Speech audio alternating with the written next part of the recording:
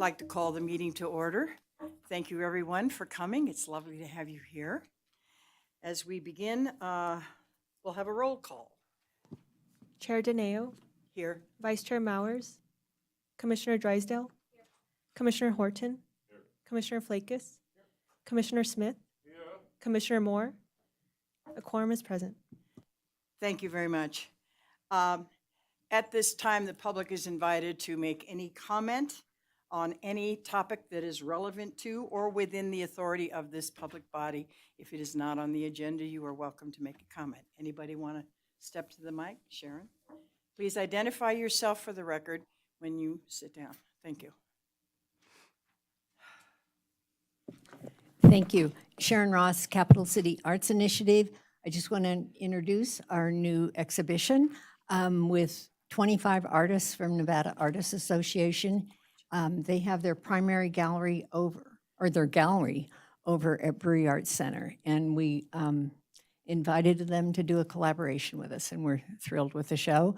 And CCI has 3 other galleries with exhibitions at the Bristlecone, that's at the college, at the courthouse, and our student show over at the Brick. So we have lots going on, and you can check out our YouTube channel. And we just published our new Nevada Neighbors Talk on the YouTube channel about forests and fire, a huge research project. So if you'd like to learn more, and fire season seems to always be coming, so take a listen. So if you have any questions. Thank you. Please put that online, would you, so people can access it more easily off their own machines. Okay. They're all on our website, which is ccainv.org.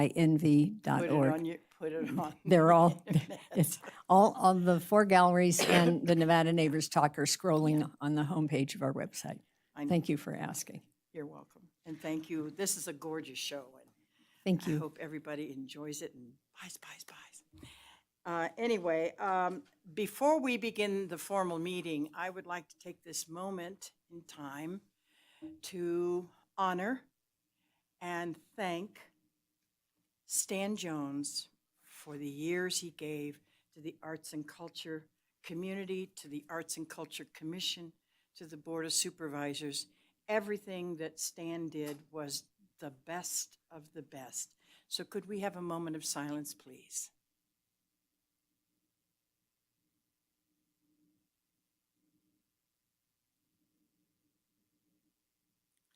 Thank you. He is missed. Okay, for possible action, approval of the minutes of December the 11th.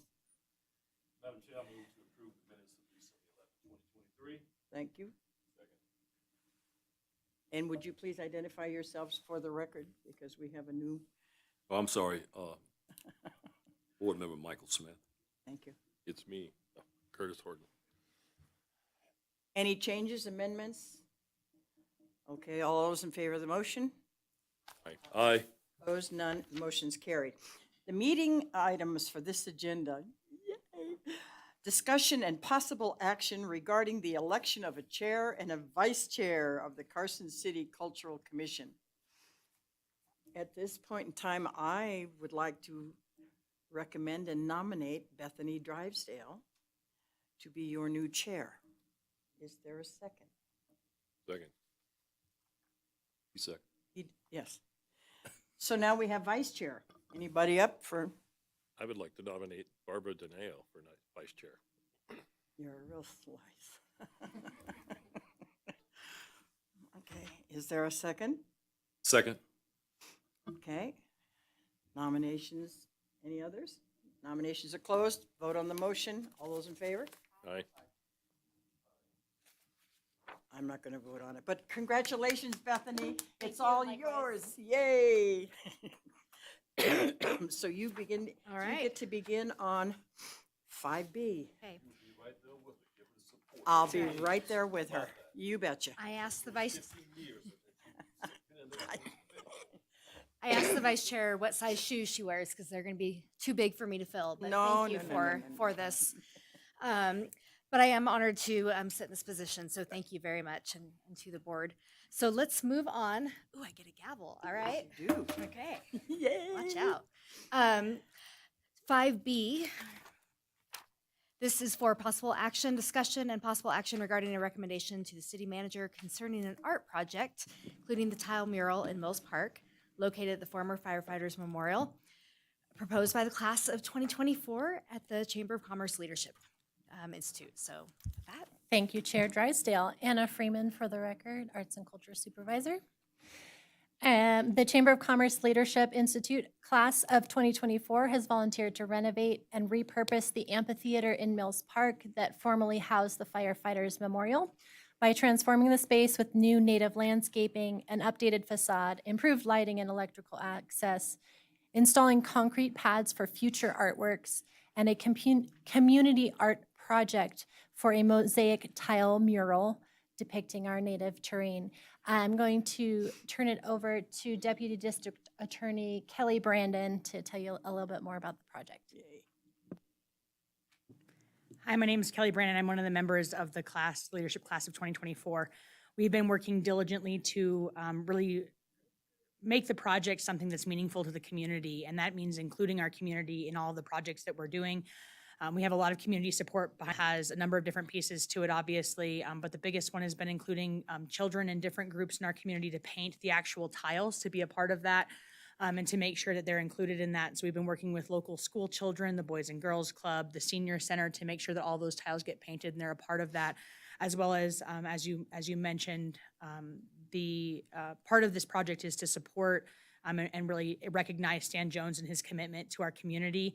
And we've been working with his wife, who fully supports the project. And so that is part of this project, is to really honor him and dedicate that mosaic to him, so that we can all kind of recognize all the things that he did, not just for arts and culture in Carson City, but also Carson City as a whole. I think, the line that everyone says is Stan Jones was Carson City's biggest cheerleader, and we want to honor him in doing that.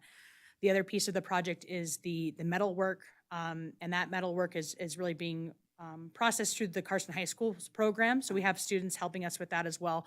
And some of the pieces of the project, obviously, we do everything we can to make sure these projects are protected and supported. And so the mosaic mural will have a coating on it for anti-graffiti to make sure that no one can come in and just immediately harm it. So we've worked through all that process as well.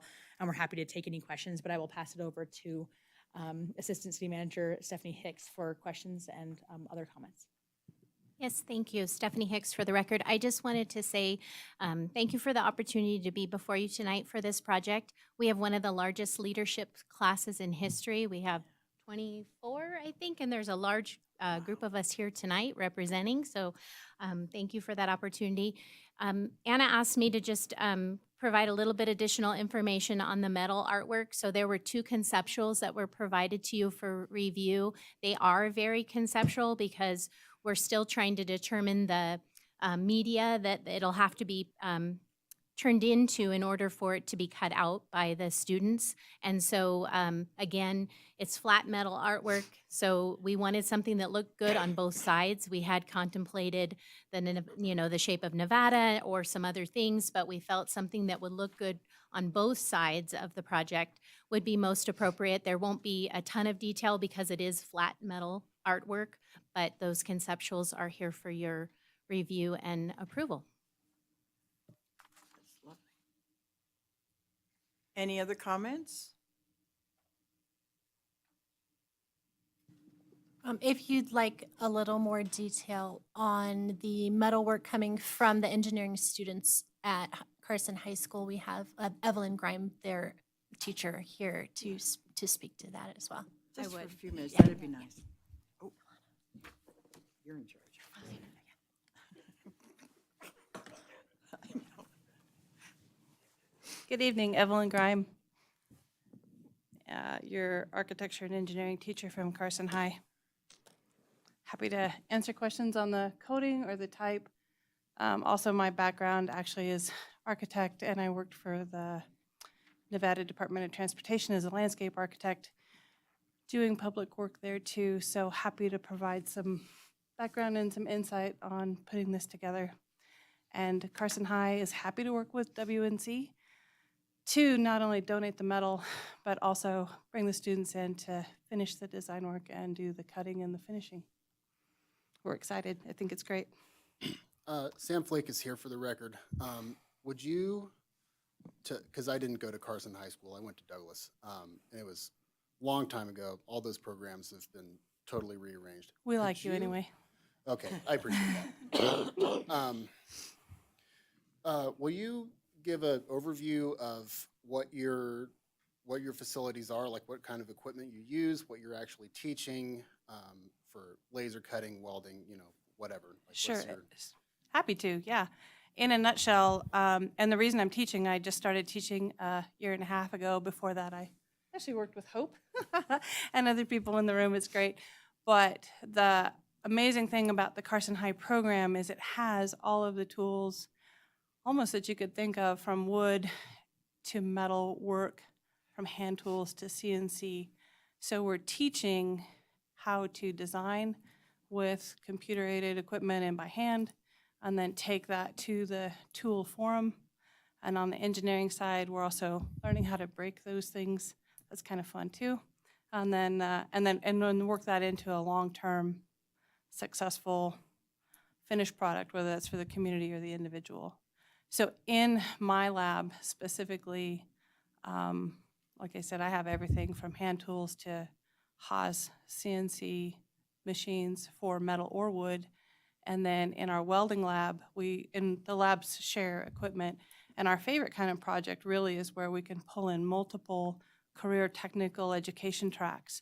So in this case, this project will actually utilize the graphic design students in that CTE program, taking the artwork that you have and taking it into a vector file that we can then take over to the welding lab where the plasma welding or the plasma cutting table is.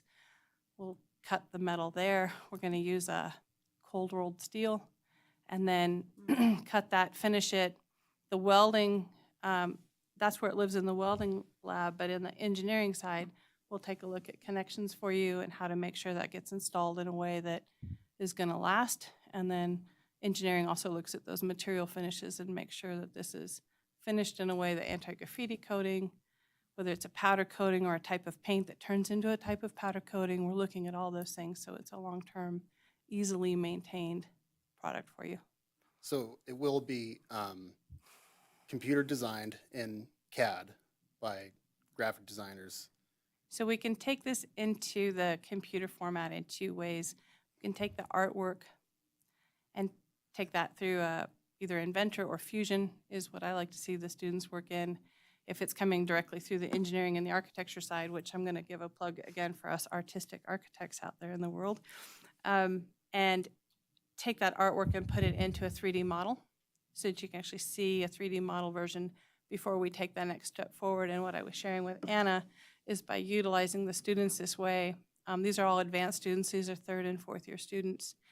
And there's a product for you to look at to say, yes, that looks great before we actually go to touch any of the final materials. You'll be able to see that. Again, we could include the graphics department as well. They work in their own software. I like the Fusion and the Inventor because then that goes into a coding environment for the cut file for the plasma table more directly. So Yeah. there is going to be some hand drawing that's going to be later turned into a CAD Absolutely. file. Yeah, So we it's- start with the artwork that you have provided. Okay. Yeah, we start That's- with that artwork, and then that becomes a series of examples that you all can look at and say, yeah, that really captures our vision. We'd like to take that forward. Or, wow, I'd like to pull and tweak this a little bit more. And that way you see what you're getting before it goes to the table. The plasma cutter is simply it's just a mechanical knife, right? Yeah. That's just a tool. The artwork needs to run the tool, not the other way around. I'm glad you see it that way. Absolutely. Yeah, cool. Comments from board members? I'm ready to make a motion. If I have a couple questions if nobody yeah, else. go ahead. Go ahead. I'll wait. Will the design include a plaque, a statement, a sign, something honoring Stan Jones? Or is that to be assumed? Anna Freeman for the record. Our current plan is to have a separate plaque in the amphitheater area, but it wouldn't actually be on the metal artwork or the tile. But yes, there would be prominently displayed that it was the leadership class from the Chamber of Commerce in memory of Stan Jones and listing the donors who made the project possible. Thank you. The two students at Carson High, I really appreciate the integration of students and the leadership class, giving students something that they can look at, feel ownership of, and maybe be leaders in our community someday as well. I'm just curious about the actual logistics of where the metal piece is going, and just based on the photos in here, exactly how it's positioned. Anna Freeman for the record. So the tile mural mosaic would be on that large wall of the stage where the plaques from the firefighters memorial have been removed, and you can see the scarring there. And the metal work will go in that circle. There's already a hole there that had a firefighter emblem. So it would be in that already cut out circle. And you can see it from both the amphitheater side and from the back side where the leadership class is planting native plants and making a path. So you'll be able to see it from both sides. I would just add to that, there's also a light that will backlight that from the backside of the amphitheater. So that's pretty interesting and neat how it will be amplified at night or when the light's on. It's a great project. So this is for possible action, and you're ready Yes. to make a motion? Oh, Before we do that, Yes. for the folks who is watching via Zoom, is it possible that we can display the exhibits that we are looking at, and I think we all have access to on the screens? that The may be a mural. Control room question. We have no one here tonight. Oh, you can? Okay, thank you, Anna. Can we do that? Anna, while you're doing that, can I voice some questions / concerns that I had while looking at this project? So the first thought that I had was, having to do with Stan Jones. He was a guardian of the engine house stone that we have left. It had been mentioned that you would like to stain the concrete, right? Anna Essentially, Freeman that- for the record. Yes, sir. We, through in-kind and monetary donations, a professional company will be doing that. Okay. Just, from my personal experience, I have stained concrete before with a sandstone color that just comes from Lowe's, and it came out great. It looks just like the real thing. It's awesome. It's cheap. The leadership class could do it themselves if they wanted to. You don't even have to hire professionals to do it. It's awesome. It works great. The other concern that I had was, have the tiles been purchased yet for painting? Anna Freeman for the record. Yes, Okay. Are they ceramic or are they porcelain? they are ceramic. Okay. Like outdoor grade ceramic? I believe they are standard ceramic wall tiles with a bonding primer and then paint and a urethane coating after they've been painted. Okay. I've ruined enough tile projects at home to know that I will not be doing ceramic outside again. So that's my concern. My understanding was that if you're doing anything outside for a pool or an outdoor kitchen or something like that, anything, say a former firefighters memorial, porcelain or natural stone was the safe bet. But if it's already purchased, it's already in motion. That's how it's going to be. I was hoping I could Google that really quick for you because they have the picture of what it is, but perhaps not. Okay, any other comments? We'll do a motion and second and then public comment. Just one other question, Madam Chair. I guess this is to Ms. Freeman or I'm sorry, ma'am, what's your name again on the end? Evelyn Grime. So we mentioned that the leadership class of 2023, is that right, or 2024? Four. 2024, their name will be recognized as well on the project, is that correct? And you mentioned there will be the juniors and seniors at Carson High School working on the metal piece? Is that second and third year students you mentioned? Second and third year, that may actually include some sophomores as Okay. well. Will those students also get credit for that? Will there, you know, because, wow, I'll be tickled to death 10, 15 years later, I bring my family here and say, wow, I was part of that, you know? Absolutely. Will they too be recognized on the final product? I would welcome that, but that's, you know, a discussion to have, or maybe something for Carson High and WNC, because I fully support this as a partnership. Okay, I'm waiting for your answer. Kelly Brandon for the record. So yes, we're still working on finalizing plaques that would really recognize all of our donors, and that would include our students who helped us and Good. Carson High School for stepping up to assist us with that as well as all of our community partners, of which there are many. Good. Thank you.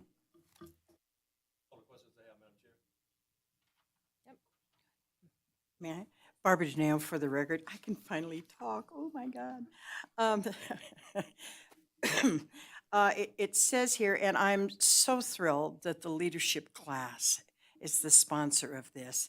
And it does note that you're accepting donations of cash and materials and labor for the project. How does someone do that in the community? Where do they send a donation or find out about this before we make a motion? Thank you. That's a great question. We have on the Chamber's website, there's the ability that you can click and donate on their website under the Chamber Leadership class. There is also a fundraiser that is coming up on the 28th of March at Meyer Family Wine, where it's $25 a ticket to come and participate in our fundraiser. You can purchase those tickets online on the Chamber's website as well. You can also drop a check off to the Chamber noting the leadership class in the memo. Okay. Thank you. Now, Madam Chair, may I make a motion? Please. Okay, I would like to make a motion regarding making a recommendation to the city manager concerning the art project, including a tile mural in Mills Park located at the former Firefighters Memorial, proposed by the class of 2024 at the Chamber of Commerce Leadership Institute. Second, anybody? Second. Okay. Public comment? Anybody additional want to speak on this? Can I ask one clarifying question for the motion? Do you have a preference on the two options for the metal artwork? One of them was a golden eagle and the other one was I guess you would say a flock of bluebirds. You want that as a part of the motion, or should that be after? It could be either, but we would like you to select which one you prefer.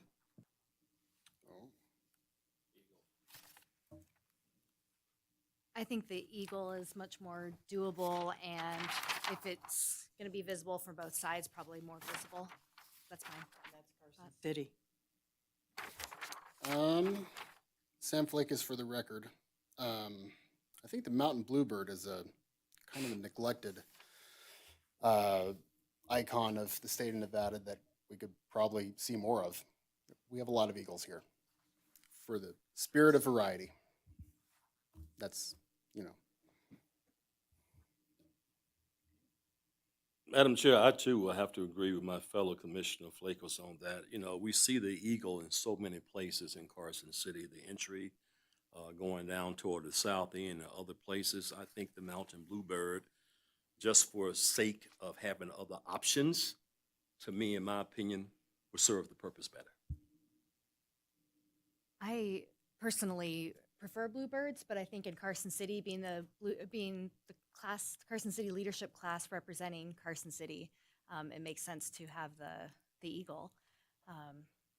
Perhaps that's something that we could put in the motion, leaving it to the creative design of the leadership class. Is that something that we as a board really need to We dictate? haven't had a second yet, but I'd be willing to amend it to say that, to leave it to the class to make that decision. Okay, and we do have a second. Sam seconded. Okay. Yeah. So, any other discussion? All right. All in favor? Aye. Aye. Opposed? Okay, motion carries. Excellent. Okay, 5C for discussion only. Presentation and discussion of an update on the Carson City Arts and Culture Program activities. Anna.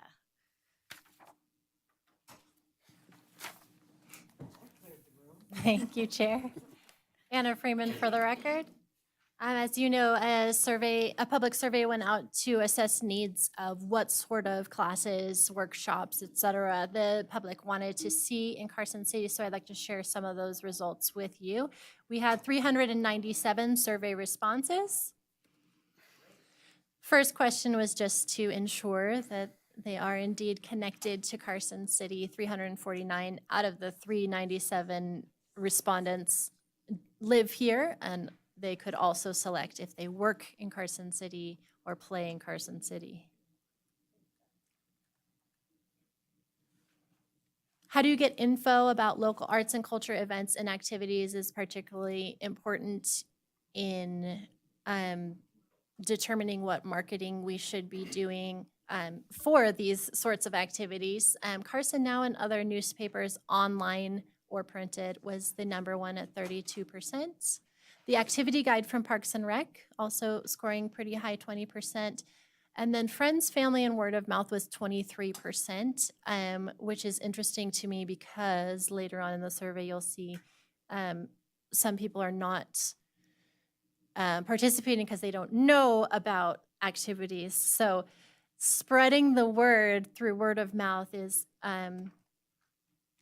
sometimes easier said than done in a strategic way. The classes or workshops that people have already participated in have been strongly attending performing arts, plays, musicals, concerts. What people are most what they would like to participate, we'd like to see particularly 27% creating visual arts. So hands-on workshops where the public gets to create art themselves was the #1 thing. These responses came as a bit of a surprise to me. What age groups in your family are interested in more arts and culture classes or workshops? 45% said adults. Adults are looking for more opportunities to create art. Next, after adults, was family-friendly or all ages.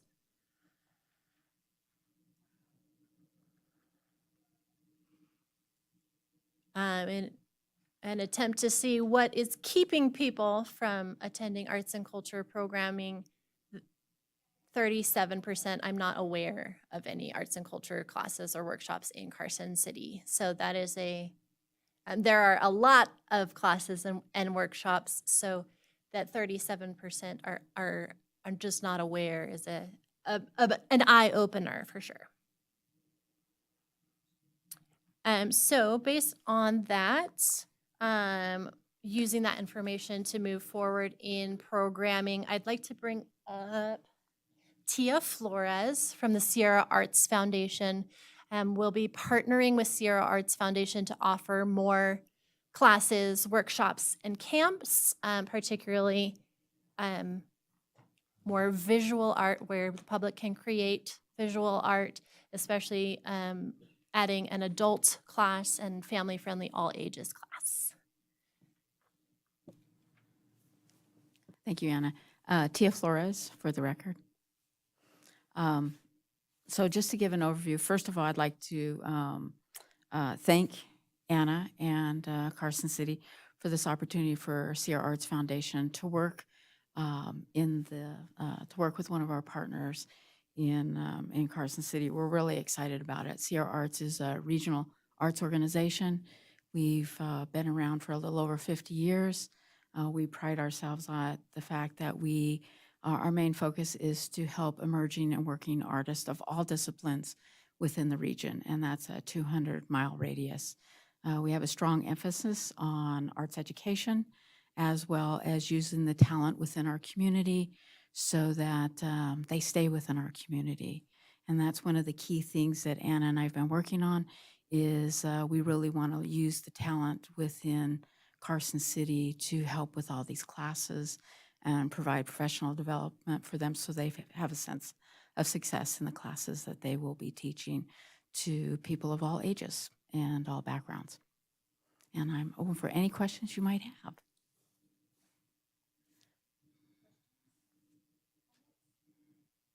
Barbara Daneo for the record. I'm thrilled, Tia, to see you here and that you're going to be an active role in Carson City. To the other members of the board, you don't know how fortunate we are to have Tia with us. Thank you. I appreciate that. Again, Tia for the record, Tia Flores for the record. I do want to highlight one thing, and probably one of the things I'm most excited about, and I know Anna is, and also Dan, and that is we have met with the high school and middle school art teachers in Carson City, asking them how we can support them so that their students are more successful in the arts, and if that's a career choice that they want to make, because there's so many options on that. And one of the things we decided to do is take advantage of the early release days on Wednesdays, and we're creating a teen art and fusion program to where the students will have a sort of like an open studio that's guided for them to work on projects that they might be working on at school, but also, so this is a 4-hour program on Wednesdays. So the first 2 hours is basically the open studio part. The second 2 hours is where we're introducing them to a working artist from the community to help them in their choices, but also to really give them that sense of real life structure so that they're familiar with that, but also to really engage the rest of the community in supporting these young, talented people that are attending school in Carson City. So again, we really appreciate the opportunity to work with you guys. Michael Smith for the record. So Tia, the early release date, would the students be at the high school for that immersion of that, taking advantage of the day to introduce them to art? Or where would this actually take place? Tia Flores for the record. That's a great question. In our conversation with the high school teachers and the middle school teachers, we asked them what would be most convenient, and what we realized is that we have this beautiful little building that's we're calling the art building, which is walking distance for the high school students, and we're going to set that up that has access to all kinds of equipment for them to use, but also support them in that. And so we figured that would be the best location for them on that. Oh, that's great. I like when you said walking distance. I hope there are snacks for them there too. Of course. These are high school students. You're always hungry.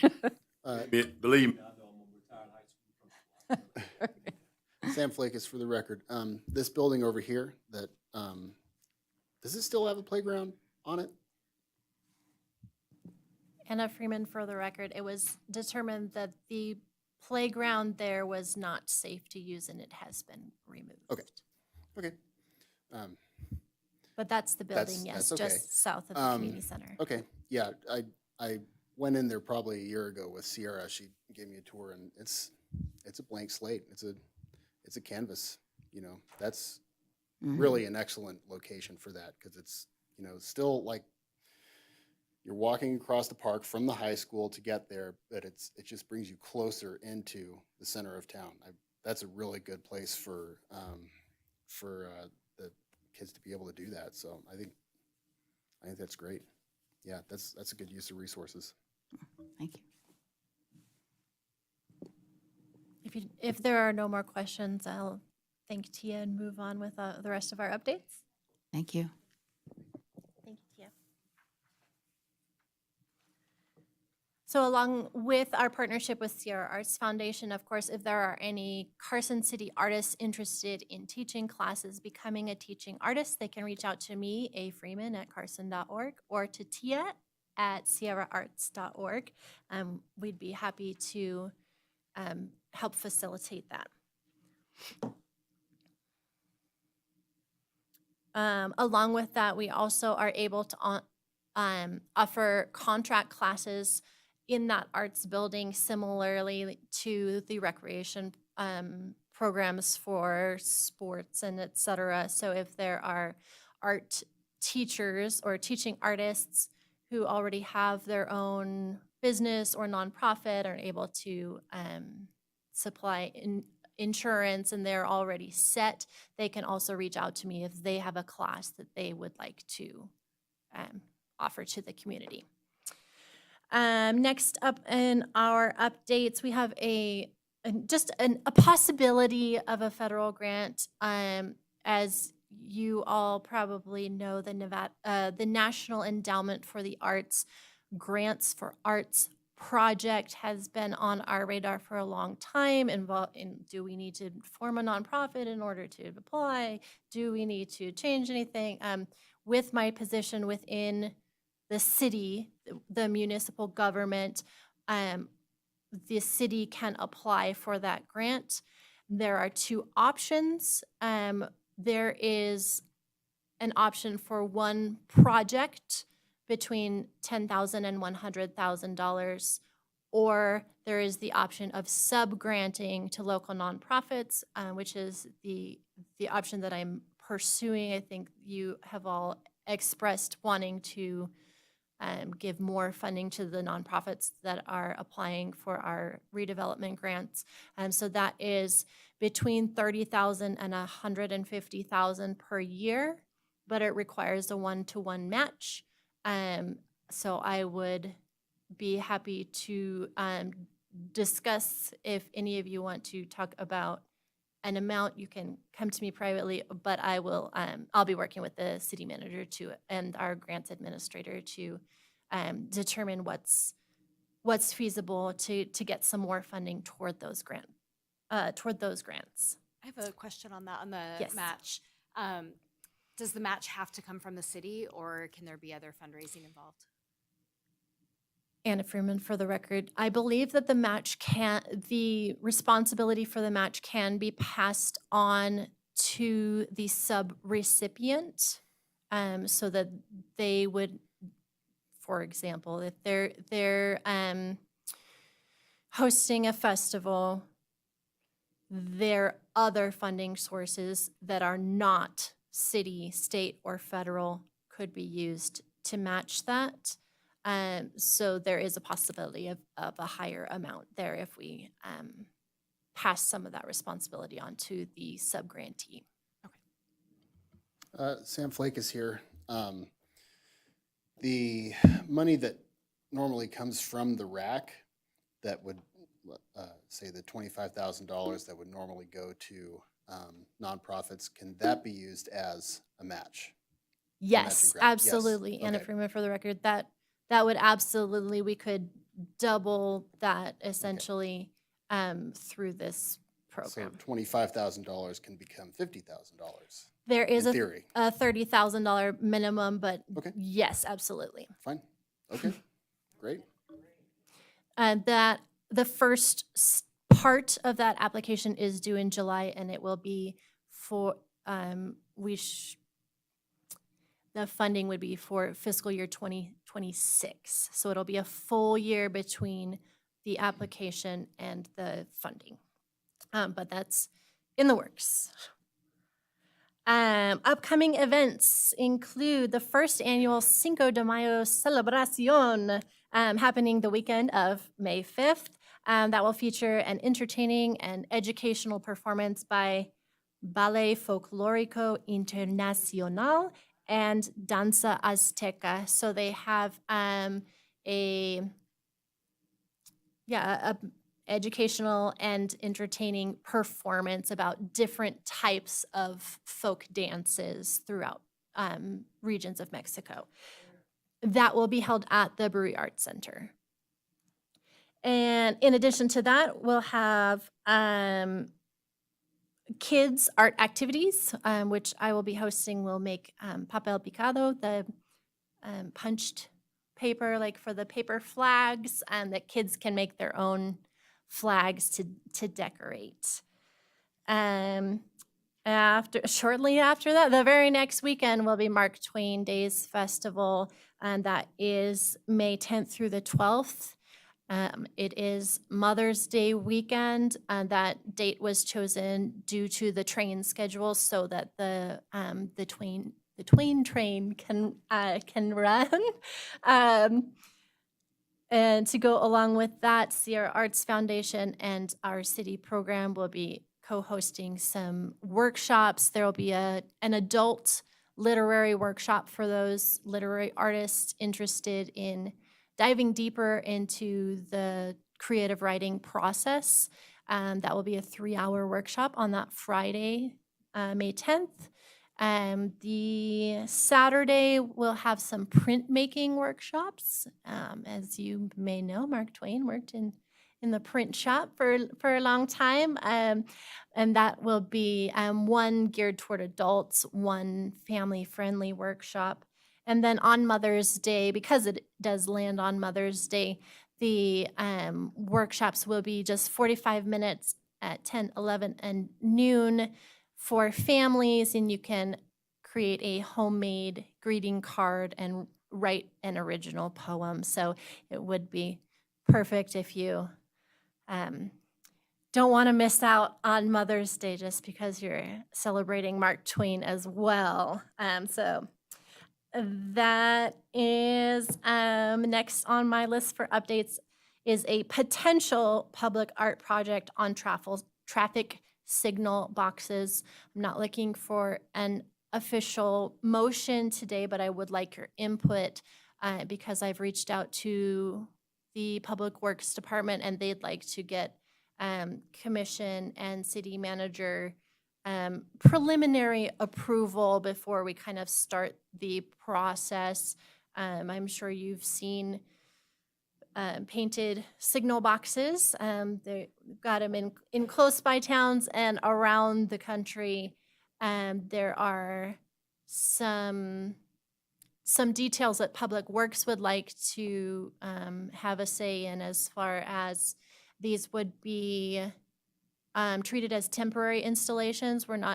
I would prefer to not ask Public Works to take on any additional maintenance for this. So whatever they would normally do, if there's graffiti, the art may be covered up, or if and when the boxes need replacing, they're not going to go way out of their way, but hopefully to get a couple years of art on some signal boxes. I would love your input if you would like to suggest any themes. I will be putting out a public survey to get input on what type of art or what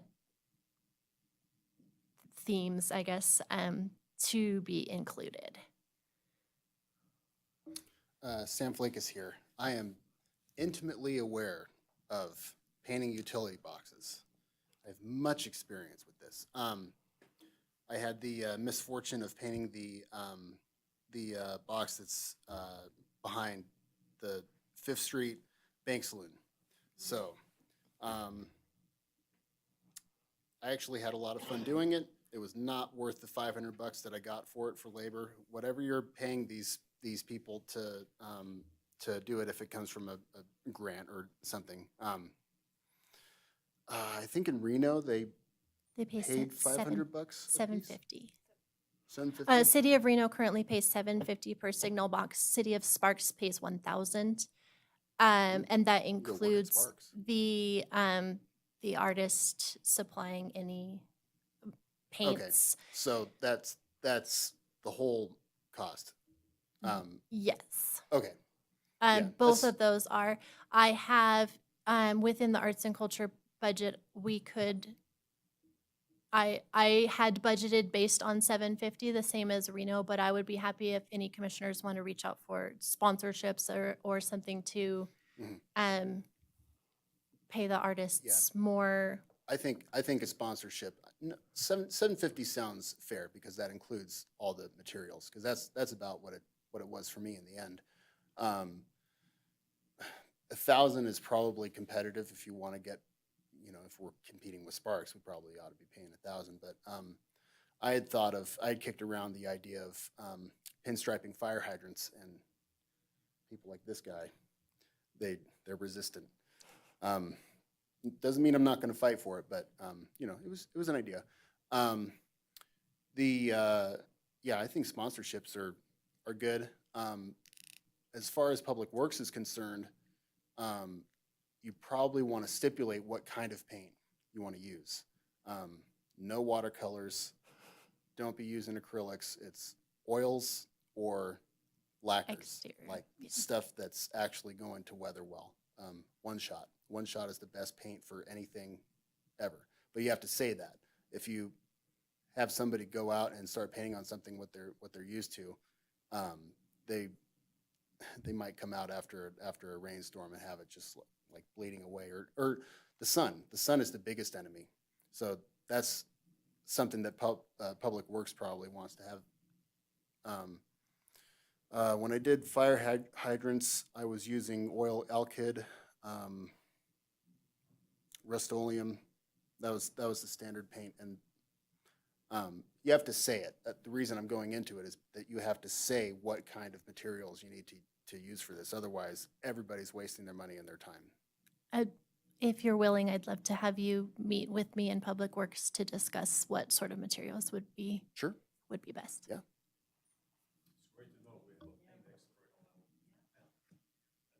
It is very handy. I would like to make a couple comments on that subject. Number one, I love an orange fire hydrant because that's the law, but specifically with the black detail on the lettering, I think that's brilliant. It looks really sharp. And everything that Sam does is great. The boxes behind the Bank Saloon are outstanding, and they fit the motif. When you drive by and you look at it, or you walk by and you look at it, you're like, wow, this fits here. This is great work. And I would encourage everyone to remember that as we move forward. The theme of the town, the area that you're working in, superheroes on those boxes behind the bank probably would not have fit well, right? So just be conscious of those kinds of things. But an excellent job. I love those back there. They're great. Anna Freeman, for the record, would you like to propose a theme to have the public vote for? I don't have a theme off the top of my head. Perhaps old-time Carson or Carson City history, something along those lines? I think to follow the historic lead of what we've done in the past and where we're heading, I think that's a great idea. If you look at the history of the town and the way things are laid out, there is a lot of opportunity there. You can walk down the street and go, well, I could blend this into this theme or this motif. There's opportunity afoot for doing that. Certainly. Perhaps you and Sam could take a walk, look around. Sure. Bethany Drysdale, for the record. I like the idea of a theme that fits in with either history or culture. There's the cultural corridor project going on. Perhaps whatever comes out of that could be woven into a theme for these. I also like the idea of, though, you walk around a corner and there's a different color and different style, and you kind of see the reflection of maybe not the town as a whole, but as the area. Something, what's that? Yeah. Yeah, exactly. Something that just surprises you. I love that. But I think perhaps putting some parameters around it, superheroes would probably not. Like a box of crayons Yeah. behind a 100-year-old church. Right. Let me think. I also, I think if we could encourage artists to seek sponsors, I think that brings the community into what's happening. If you can go to, somebody's, locally owned store and say, hey, there's a utility box right out here and we want to paint it. Would you have any desire to sponsor that for us or help sponsor it, and get some buy-in from the neighborhood?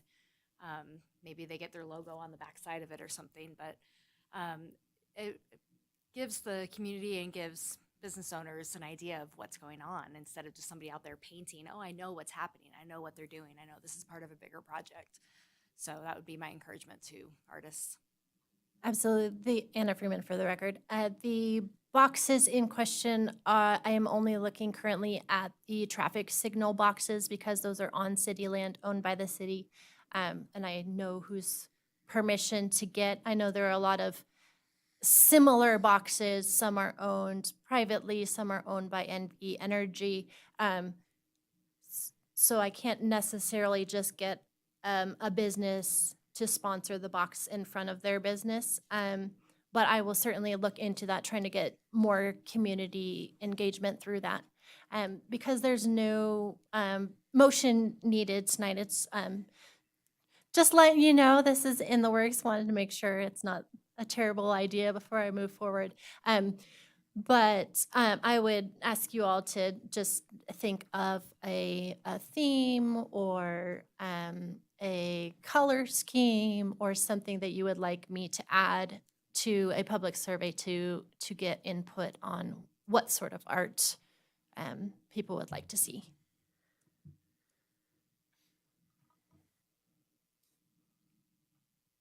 And is that the end of that I believe item? that brings us to the next item. Okay, 5D, is that also you?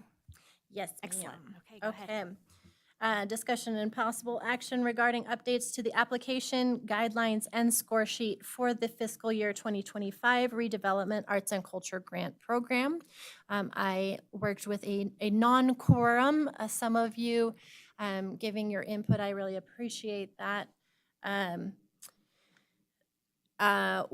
I believe we can plan that there will again be $25,000 available this year. I'm really hoping, though, that you will think a year in advance with me. I'm really trying to align, assuming that we will, maybe not assuming, but working toward growing the grant program through additional federal funding. So part of that we discussed is the current kind of best practice of having an impartial panel do the preliminary scoring before it comes to the commission. And if you'll take a look at your materials there, I'm looking at the guidelines. We still have several questions that are up for the commission to decide. First up on the guidelines is the timeline, the perspective, or my proposed timeline. If we leave this meeting today with everything set that needs to go into the guidelines, the application, and the scoring rubric, I can send out a notice of funding opportunity later this week. I would also send out to a call for a panel. I've spoken to some people on Nevada Arts Council as well as our city grants administrator who could recommend some people who have experience scoring grants. The first week of April, I would host an online workshop, a webinar for potential applicants to help them with any questions they may have, to go over your expectations for them, et cetera. Applications would be accepted all of April. The first couple days in May, I would review the applications for completeness and eligibility before sending them to the panelists to score.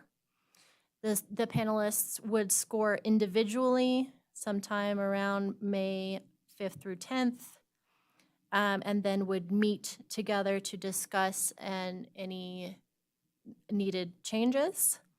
The second part of mid-May, I suppose, I would compile the scores for presentation to bring them to you. I'd get all those meeting materials to our Deputy District Attorney by May 23rd, and then on your June 10th commission meeting, you could expect to see applications with scores that you could then make funding recommendations based on. That was a lot. But essentially, just the timeline is one thing that's tentative at this moment. The next question mark under grant amount, our little individuals speaking with me, we did not set the minimum and maximum amount that could be requested for these. Yeah, I know it is tempting to try to give a little bit to everyone, but I do think it would be beneficial to have a minimum and a little bit higher amount, knowing that some organizations will not receive it, unfortunately, but that would not sure where I'm going with this. I think it would be better in line with the city's goals for the redevelopment area. So that is certainly something you could discuss, is the minimum and maximum amounts, as well as if you would like to require a one-to-one match. A one-to-one match means that this grant would not fund more than 50% of the project. Whatever comes from the grant, that same amount has to be matched from another source, whether it's a sponsorship, a different grant, a fundraiser, anything like that.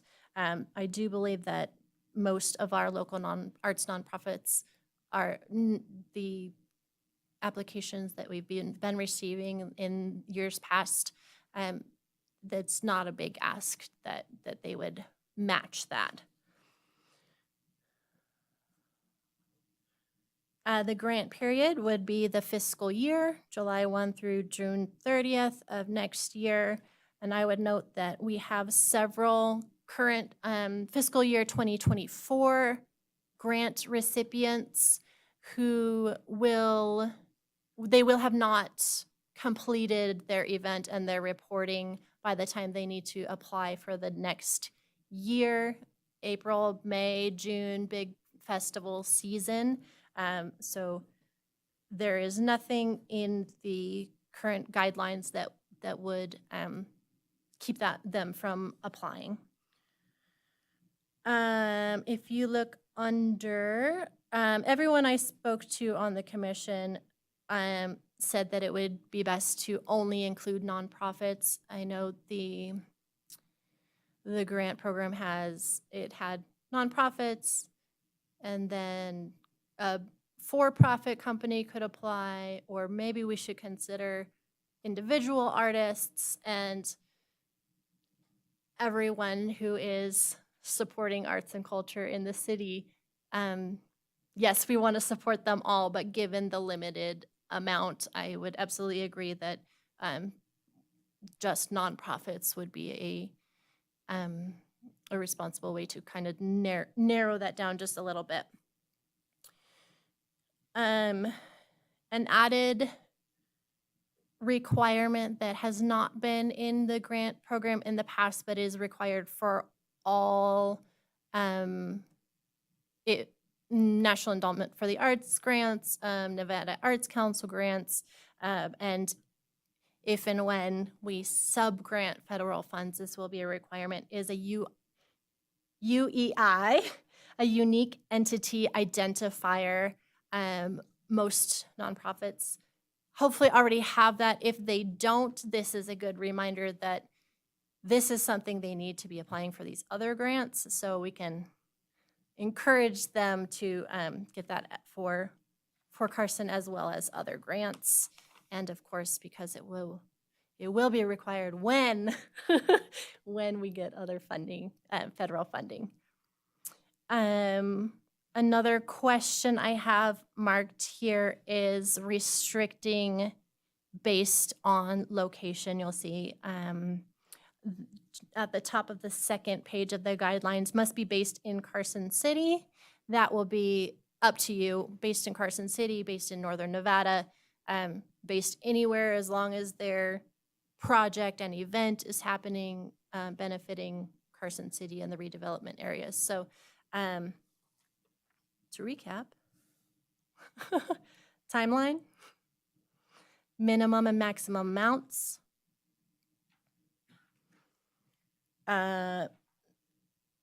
including and requiring a UEI,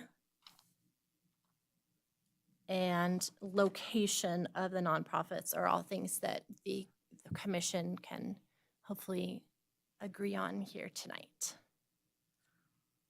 So do you want me to give you one instead of throwing out a whole bunch. Do we just want to tackle one at a time? One of those questions at a time? I think that's probably the best way to do it. Okay, so first off,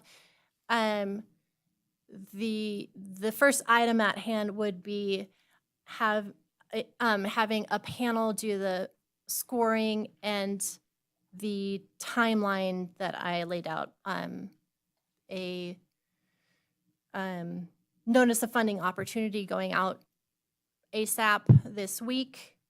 Press releases, social media, et cetera, would start this week into next. Applications would be accepted all of April. I would have I think I missed this, a panel orientation in April while we're collecting submissions. May 1st through 3rd-ish, I would get all the applications to the panelists, assuming that they are complete and eligible. The panel would score individually May 6th through 10th. The panel would meet around mid-May, and then the scored applications would come to you at the June 10th commission meeting for funding recommendations. Yeah, that seems like the easy one. Any discussion or thoughts on that one? Okay. All right. Next up would be the grant amount, minimum, maximum, and if a match would be required. My knee-jerk reaction is absolutely match, 1-to-1. But minimum, maximum is not my area of expertise.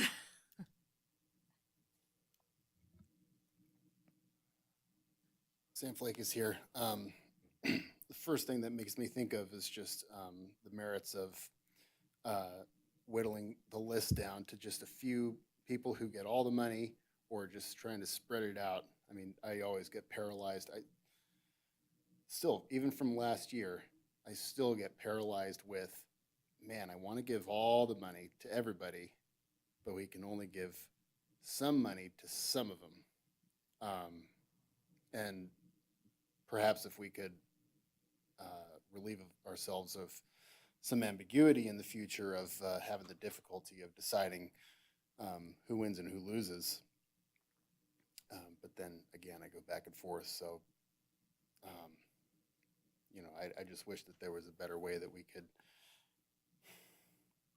besides asking for more money from the RAC or whoever. That's what we're stuck with. Anna Freeman, for the record, if you'd like, I can also present the scores to you in that June meeting without the names of the organizations. I think that probably would be helpful. I mean, some of it's going to be obvious, but that would probably be helpful. I think requiring a match will, I think, automatically eliminate some of those small kind of nickel and dime requests where this grant is the only one that they, is going to help them get Aren't through those it. the people who need it, though, the most? Well, If it's supposed to be seed money, they're going to have a harder time making a match instead of begging mom and dad for money to match a grant. yeah, that is a good point. But then that does get us back to wanting to give a little bit to everybody, and then I know. is there any impact And in that? here we are. We're analysis paralysis. Yeah. Anna Freeman, for the record, I would also, on that note, I would let you know that federal funds are given only to organizations with at least 3 years of programmatic experience. And it is, although it's hard, grants are typically given to those organizations with a good track record that prove that it's a good financial investment for the city to give money to versus how much they need it. It's a little bit of a switch in process that these grants are an investment of city money. to events, programs, et cetera, that are adding to the quality of life in Carson City. So it does, it is best to give those funds to organizations that can be fiscally responsible with the funding.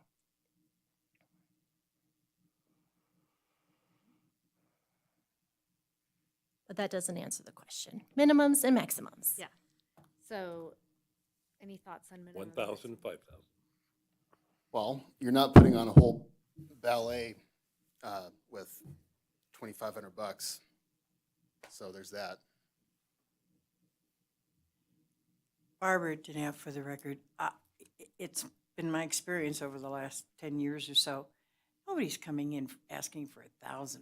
I mean, it all starts at around minimum of 2,500 and up. I can't really think of anybody who's asked for just 1,000. That seems kind of strange, to go through all that work and all that energy and time for that small amount.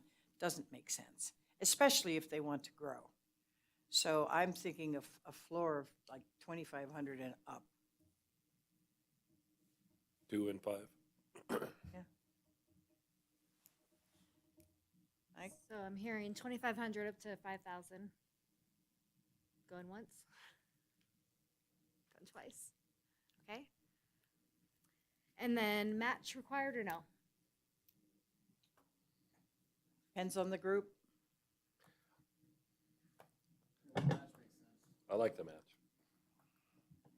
Okay. Match required?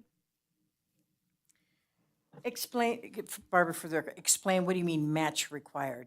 Do you mean they have to take it out of their membership money? Do you mean they have to somehow find it somewhere? So if we give them 5,000, they have to match 5? Anna Freeman, for the record, if the city funds them with 5,000, they need to show that the project they are putting on costs at least double that, 10,000, and where that money is coming from. You can see on the application, the budget chart. No, I think that makes sense. It makes sense. I just wanted it clear in the record. Thank you. Mike Smith for the record. So I have a question. So we're looking at 2,500 as the minimum up to, is it up to 5,000 or we're just making the max 5,000? What do we decide to do? I don't think there's a max. That's what we were talking about, though, the Well, we said up to how much? 5,000. Okay. Because then maximum, we could only fund, if everybody went for 5, we could only And we are- fund 5 projects. And we are basing this only on the 25K that we have or that the RAC is going to give. That is correct. Not with the assumption, and I don't like to assume, that NEA, that we can match 25,000 from them to the current 25K we have from, that's given to us to the RAC committee. Anna Freeman, for the record, that any additional funding coming from the National Endowment for the Arts would not be until the following fiscal year. So we're looking So- at then 2025. Yes, for fiscal year 26. Now, some of us on this commission mentioned to go before the RAC committee and to ask for additional funding. Is that something that we still are going to do or we're looking to do for this calendar year? I would be happy to work with you to create a proposal. I did submit a request to the Redevelopment Authority for an additional 10,000, but I do not believe that will be accepted. Have they responded back to you? I have not received an official answer to that. And certainly not by April 1st to get this out. Oh, there we go. Okay, Dan. Dan Arp for the record.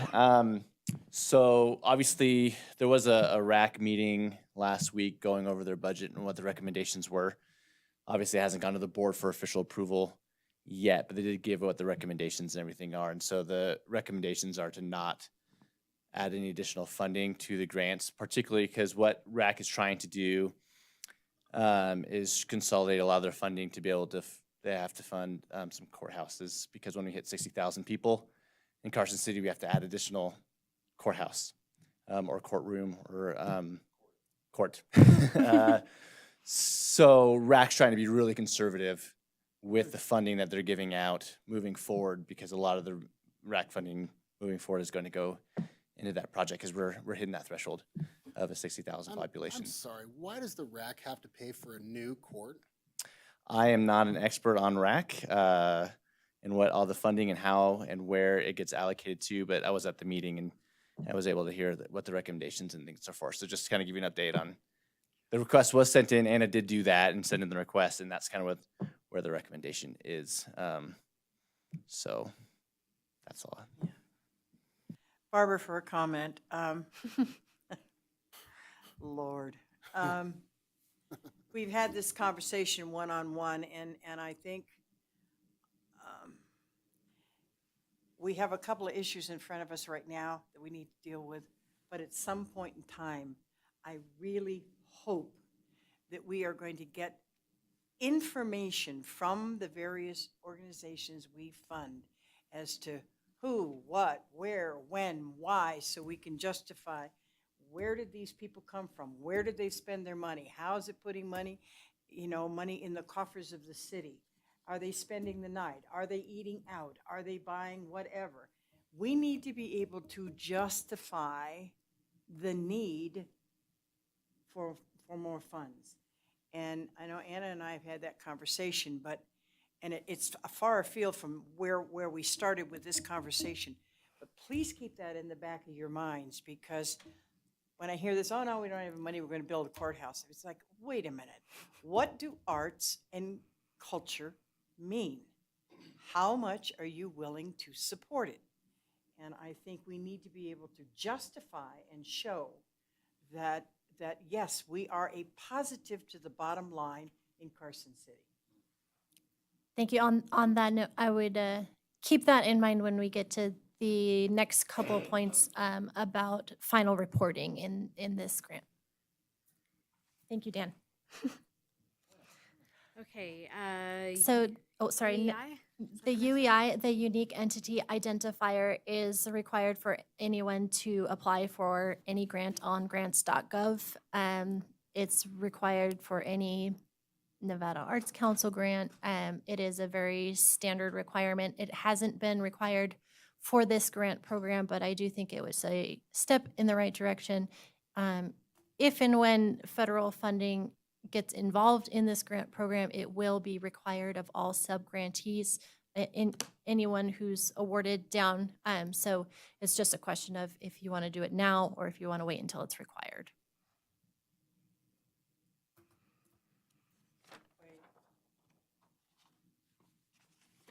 Is there a detriment or benefit to artists applying for this one way or another? It could take up to a couple weeks. So hypothetically, if someone does not have it now, even then, they would have plenty of time to get it. It doesn't cost anything. It's just getting an official number on SAM.gov, the System for Awards Management through the federal government. So I don't see any sort of detriment. Okay, if it's something they're going to need at some point anyway, I don't see a detriment either. I'll move on to the next one then. The next question is what sort of limitations you would like to put on location of the nonprofit, if just the event or program needs to benefit Carson City, or if this will only be benefiting nonprofits based in Carson City or based in Northern Nevada, or whatever you choose to put that. I have an idea. Sam Flake is here for the record. I have learned that there are people and organizations who intend to have events inside their gated communities. I hope it's fringe, but I don't think it's fringe. I would think that it'd be a good idea to stipulate that public money goes to arts accessible to the public. Yes, these would all be for public events benefiting Carson City and the redevelopment areas of Carson City. There's a list in here that you can't have a members only You or can't be or some exclusive. sort of Yeah. exclusive event. The question here would be whether a Reno nonprofit that's going to have an event in Carson could apply for this grant, or if it would only be available to nonprofits registered in Carson City. I don't know that I have a problem with that. It just depends on what it is. I think as long as your event is in Carson City and it benefits Carson City, I'm not really worried about where you're based. Yeah. Yeah. I'm on the fence on this one. Generally, I don't like the idea of putting that parameters like that around something. I mean, who cares if somebody's in Mound House, if it's gonna, help us, except that this is such a small amount of money. I mean, if we had $100,000, it'd be, not care as much, but 25,000, I'm leaning toward wanting to keep 25,000 in our community for our residents. I kind of lean that way too, now that I think about it. If you're based in Reno, your chances of coming up with that match are a little easier than a local artist, and I wouldn't want to put pressure on the locals in that respect, so maybe that's a better approach. Do we have enough nonprofits listed here in Carson City? Sure. The I other- think so. Well, isn't that where all of them came from last time? Weren't they all locals? Some of the fiscal year 24 recipients are based in Reno. My point of view, Sam Flake is here. My point of view is that, we're giving money to an organization to provide a public good, to help provide a public good. I don't know, we just paid for a sculpture from somebody in New Mexico. Are we that worried about outsourcing something that's supposed to be a public good? That's just the way that I see it. If it's something that's supposed to be for the community that's being provided by a neighboring community, I don't know how much that matters. Bethany Drysdale, for the record. That's why I'm on the fence, because Sierra Arts is in Yeah. Reno, but look at how much they do for us. Yeah. So, Yeah. I could really argue one way or the other.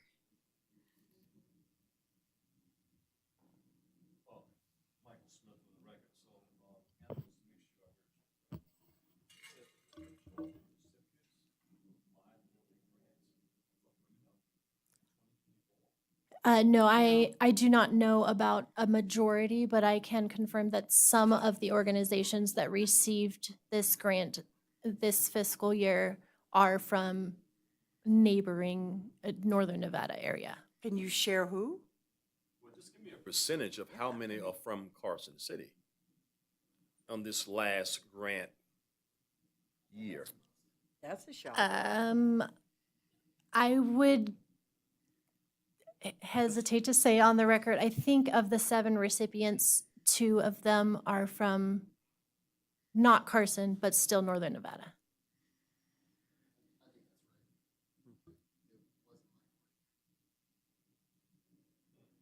So recipients should be limited to within a 20-mile radius of Carson City? Is that, well, 25 miles, 30, I don't know. I drive there every day, but who knows? Yeah, Well, 10 miles puts you in Washoe County, right? yeah. So maybe recipients must be Carson City, Washoe County, Lyon, or Douglas? Wow. Story? Huh. I'm sorry. Yeah, I know. I have a problem with that because Gardnerville, they are way beyond us in terms of the arts. We have worked so hard trying to get art in Carson City by Carson City artists to now say, well, you can come from around us, and I don't buy it, but You know, if we don't like it, we can just not give them grant money. Maybe it just comes down to when we score it. If we just decide that, I don't like this organization because they're not local enough. Anna Freeman, for the record, I would strongly advise against that. You could lose federal funding for Oh. something like that. This Okay. is your chance to decide who will be able to apply and how they will be scored, and then that needs to be Okay, that stuck does have to. to be said, but okay. Yeah, okay. changing who may get funded after scoring has happened is Okay. not a good idea. Okay. Anna, this is Todd. You are a little bit more familiar with the federal requirements than I am. Would the federal requirements prohibit a preference?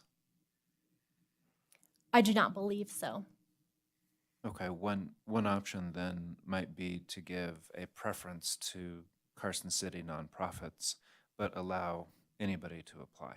Yeah, okay. Yes. That's an excellent idea. The state Yes. does that in purchasing I for a like lot that. of contracts. Yeah. That's fair. Yes, and Anna Freeman, for the record, I would work with our grants administrator to determine how that would, what that would look like for the score for those panelists, to make sure it's very clear X amount of points additional for being based in Carson City.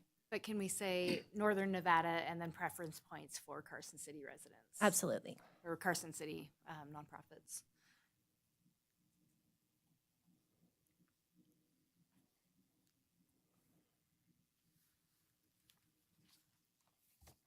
And then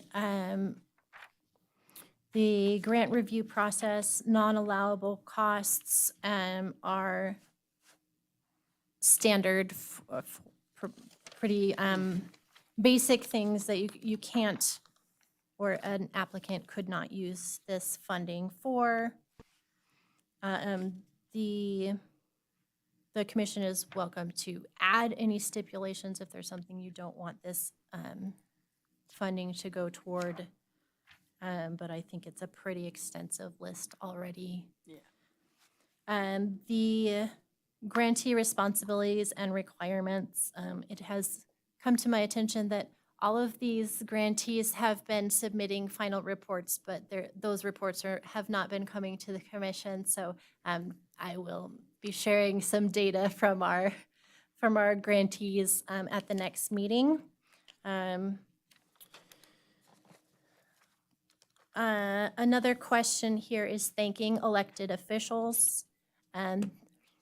When I received, or the city received a Nevada Arts Council grant, it's a standard practice to then send some sort of acknowledgement and thank you to state and federal representatives where that funding came from. That is, I think it's worth considering having our grantees send something to the Board of Supervisors or to the Redevelopment Authority to, first of all, acknowledge, thank you. It's kind of a one-sided thing. I know from the Redevelopment Authority side, it may seem like, oh, well, all the Cultural Commission does is ask for money, right? We ask, and then they don't know where it goes. They don't know if it was spent appropriately. They don't know anything.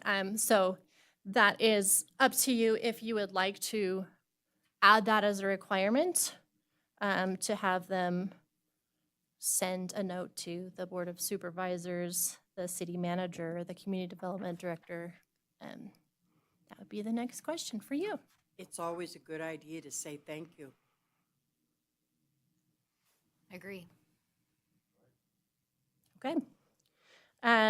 Next point would be the, per Ms. DeNeo's comments about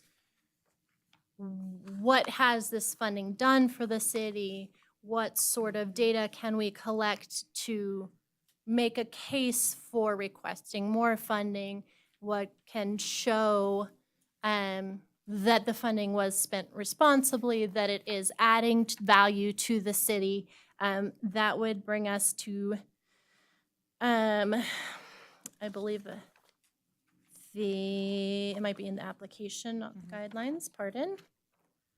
Those final reporting requirements. That is, yes, in the application portion, in question 16, and the final report must include the following data points. Whatever you would like to require from the final report, it would be best to make sure that's laid out ahead of time so that any organization applying knows what their expectations are. And then when they accept, they know that those expectations are there. So any sort of questions you would like the grantees to ask on a survey at the end of their event, or what sort of any data points that you think would be helpful to have in making those arguments should be included here.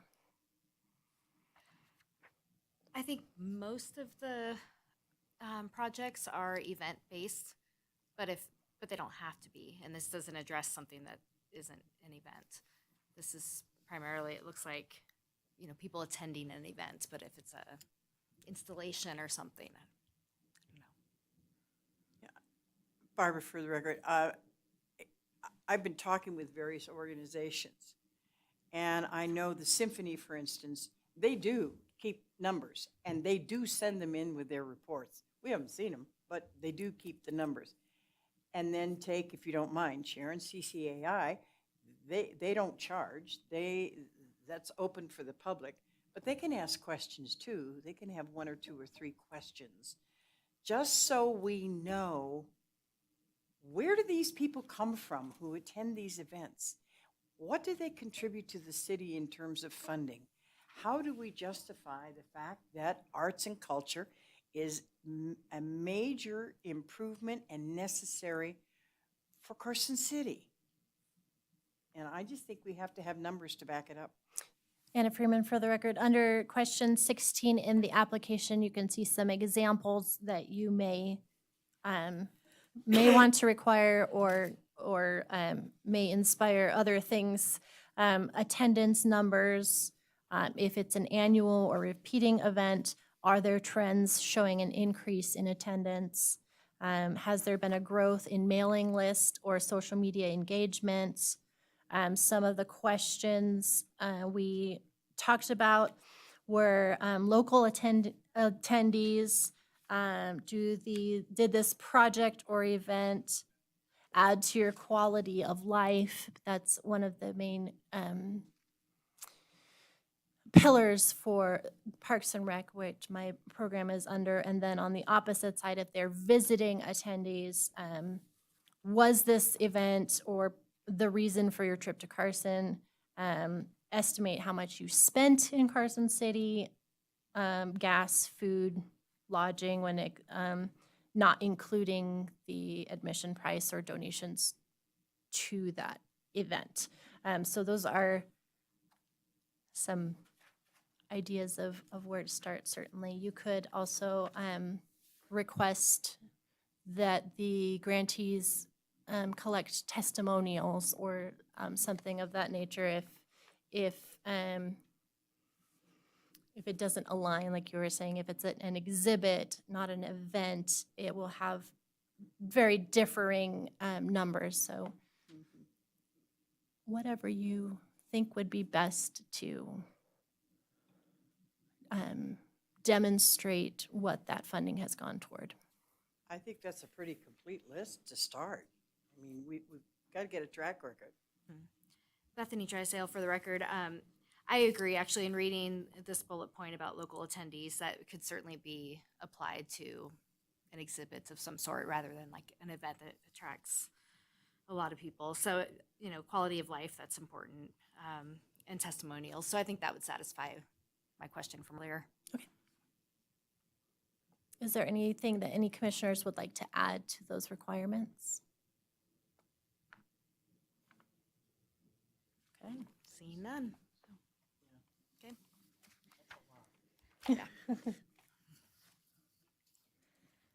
And there were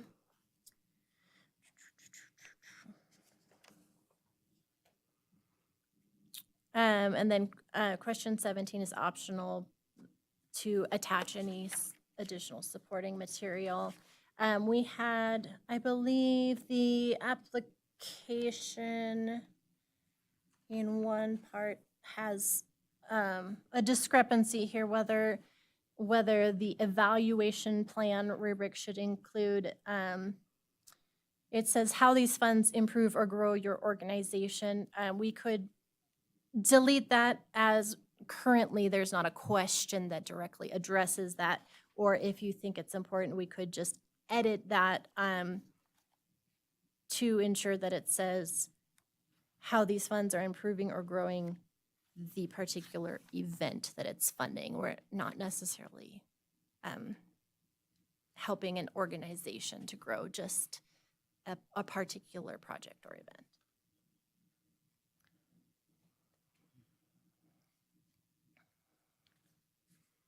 Well, are they all about, Bethany Drysdale for the record, all about growing the event? I guess the seed money, yes, they are, but also about just contributing to the quality of life of Carson City.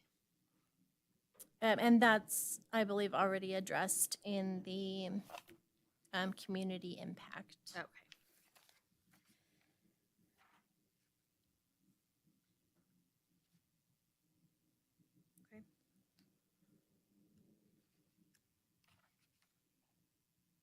Okay. If you would like to add something that directly says about the quality of life, I'd be happy to add No, that no, in. that's already addressed in there. That's fine.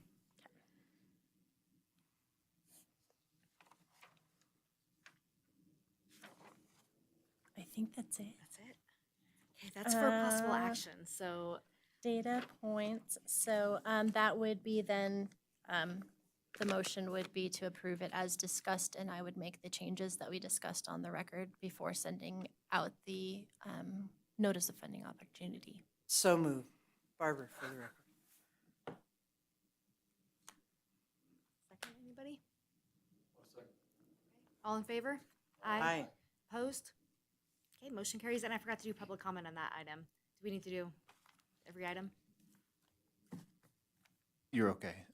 Generally, public comment is required at the beginning and the end, or after every item. With Carson City, we do it at the beginning and the end. Okay, not on every action item. Yeah. Whether public comment is available after every action item is something that is up to the chair.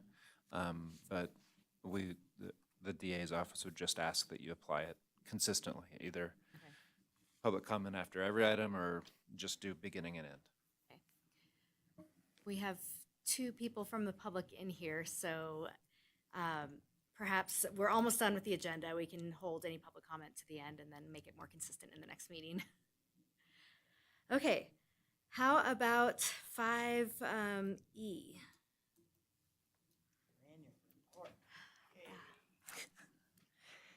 Anna Freeman for the record. The Carson City Cultural Commission is required pursuant to Carson City Municipal Code to submit an annual report and work plan to the Board of Supervisors no later than May 1st of each year, including attendance records. This annual report covers April 2023 to April 2024. Which is the past and the future, yes. So I am charged with sending this report or finalizing this report on your behalf, but I want to ensure that you have input of whatever you think should be noted before the Board of Supervisors.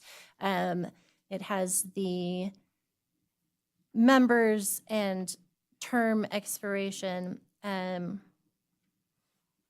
the budget, if you don't know, the city arts and culture program requested 7,000 and received $6,930, which went toward the murals and music festival, directly to artist fees. The What happened to the other 70?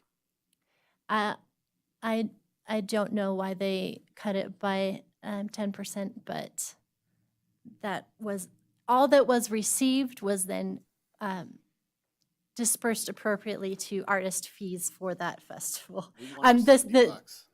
just to be clear, the artist fees were not then cut by 10%. The difference was made up from the arts and culture budget. So it has here the grants that were given out, the mural that was approved, the statue that was recommended, sorry, these are all recommended, the statue that was recommended, the recommendation of updating the Carson City Municipal Code. That one is still in limbo. It has not gone before the Board of Supervisors yet. The donation form so that people may donate art to the city was approved on last Thursday by the Board of Supervisors, so that's officially part of the public art policy now. I will add in that the new chair and vice chair, anything else that you feel should be included, I'd be happy to add into this report. And then the work plan is for the coming year, and I have laid out some of the things on my radar, and certainly if there are projects or initiatives that you would like to add, I'd be happy to add those as well. I've got the first annual Cinco de Mayo celebration, second annual Mark Twain Days Festival, second annual Murals and Music Festival. The Bob Baldrick Theater is turning 50 this year. We're going to have a block party, and I hope you will all attend for that. I'll give you some more information on that at our next meeting. The Cultural Corridor Project with the Culture and Tourism Authority is ongoing. The roundabout sculpture is ongoing.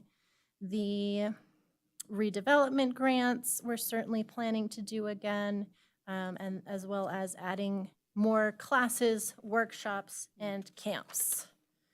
The attendance report is required to be included. I will have that. All commissioners are in good standing.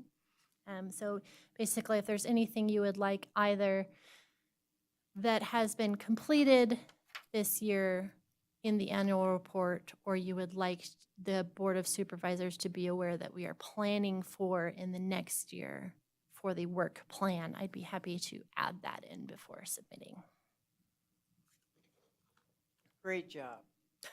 Yeah, this is all you're working on. I mean, this is a lot for the next year. I'm glad that you included expanding the federal fund, or going after federal funding to expand the grants program. Absolutely, I that's think that a should goal. be a key goal this year. Okay, that is also for possible action, so.